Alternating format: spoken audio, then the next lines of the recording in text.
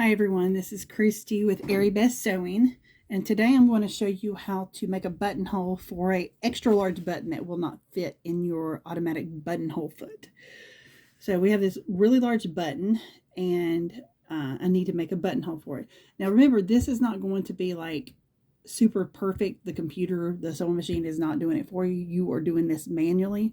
So if it's not just perfect, remember, you're doing this manually. You'll get better with it at times, so don't give yourself a hard time about it. But also remember, it's going to be hidden underneath the button, so don't stress. All right, so practice it a few times first. So we're going to I draw the top and I draw the bottom where the button is. And if you have lighter fabric, you can use different color. This goes away with water. These little ones go away with heat, this little pencil. And so if you can see it just lightly, okay? And then once I draw the top and the bottom, I kind of draw a line through the middle. If this works better. Just for myself, okay?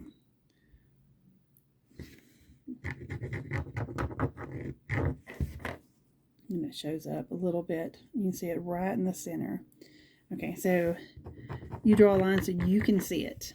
Okay, all right, so once I draw that line in the center, okay, the very first thing I'm going to do is I'm going to turn my machine to a straight stitch.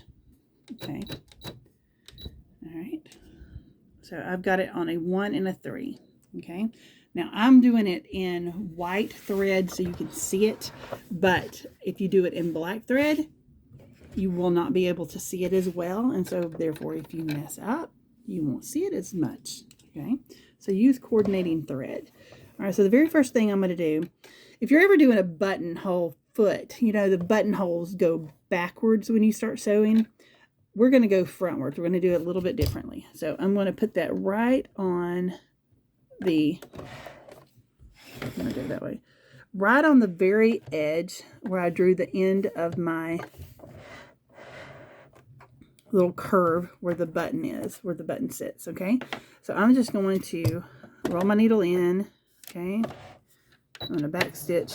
I'm just going to do a straight stitch from top to bottom and stop at where I marked the little curve. Okay, now everybody does this a little bit different, but I'm going to turn it around and you can see that little line. And if you want to do another line, you can, but I'm going to leave it right there. All right, so what we're going to do, if you notice a buttonhole, it has zigzags on both sides. Okay, so what I'm going to do now, I'm going to turn my machine to a zigzag. Okay, and I need to make this really tiny, so I'm going to make this top one 0.7 probably, and then I'm going to do this one like a 1.5, and that's going to make my zigzag really small and really close together. Okay, all right, so what I want to do is I want to zigzag on the side of that line. So I'm going to manually roll my needle down with my hand wheel over here on the side. Okay, right here. I'm going to manually roll it down. Okay, and I'm going to do, all right, see which way it's going. All right, so I'm going to do, you figure out your left hand one, and then you figure out where your right one is. And I'm going to move it right beside, see if I can get in yet.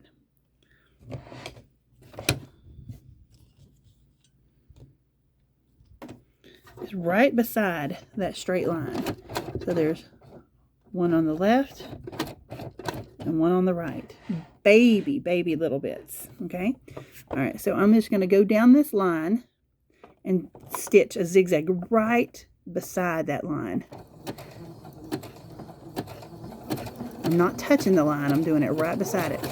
You just do it slowly and try to keep it consistent, the space beside of it.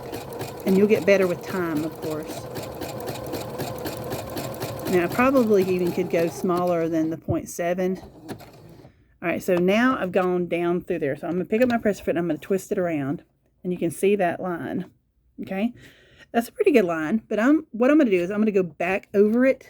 Because if you notice the buttonholes, and that got too far away. So go ahead and when you first start, make sure you test it out again. And make sure it's on top of that existing zigzag. All right, now I'm going to go back over it. Go real slow. Try to hit right on it.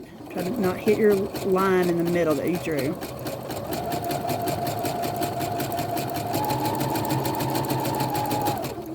And then you stop at your little curve that you made. Okay, so I'm going to pick it up and I'm going to turn it back around. And you see it got a lot thicker. Okay, so I like that. All right, so now, at this point, the buttonhole foot would go back and forth and make that end. But we don't know exactly where it's going to be because we're manually doing it. So I'm going to lift my needle up and I'm going to slide it over to the other side. And then I'm going to roll my needle down. There's the right side and then there's the left side. It's not touching the line. I'm going to give it one back stitch there and I'm going to go down through there right beside that line again.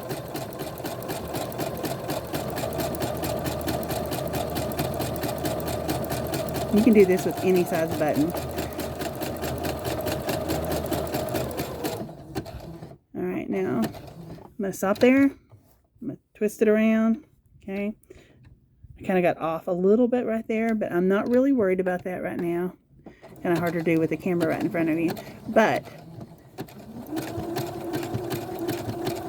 you can learn over time how far away to get. You kind of just woven out to. Again, remember your button's going to hide imperfections. All right. Now, I'm back down and I can lift up and see where I am. All right, so now I've done 2 times and I like that. Okay, and this is where you'll snip right in the center. But I need to do the bottom and the top, the little back and forth, the bands at the end. All right, so now I'm going to go back to my, okay, right here. Okay, I'm going to turn it back to a 4.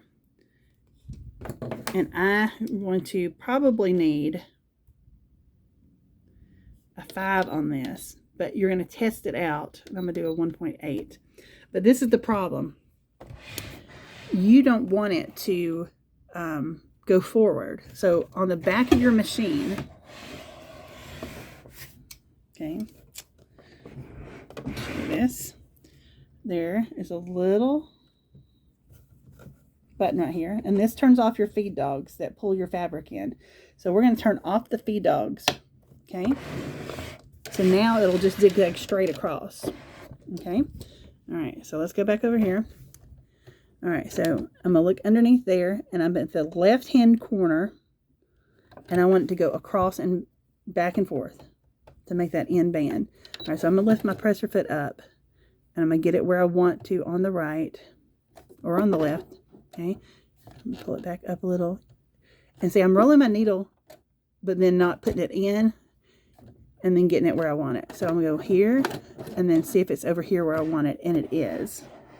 Okay, let's see if you... So I'm going to go, see that, right and left and right and left. Okay, so I'm going to hit my pedal. Okay, so... And see, it goes back and forth without pulling the fabric in because the feed dogs are off. So I'm going to pull that out. And there's the end of that. Okay. All right, now I can cut it off. Remember, the feed dogs are still off. So I need to finish this other end. So I need to find the end, put my needle where I want it. And then I fix the other side like I want it. And then hit like that. And then now you made the end on both sides. Okay. Okay. So there you have it. All right. So this is not perfect. You can get it perfect, more perfect over time, practice. Okay. So now I'm going to take this and I'm going to fold it in half and I'm going to do a little cut. And it doesn't matter if you cut that middle seam. You can stick a scissors in it. You can do a seam ripper in it. But be careful if you do a seam ripper. It'll just slide right out. And then you can pick all those out if you want to and cut off any. This is garbardine, so it's very frayed fabric. Okay, so there's your buttonhole. And then you can test your giant button And look at that. Perfect.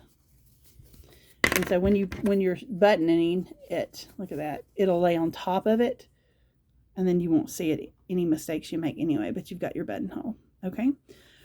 So practice that and see if you have any questions. You cut off all your threads. And remember, if you're using the same color thread, you are not going to see any boo-boos anyway. All right, happy sewing, and I hope this helps you guys.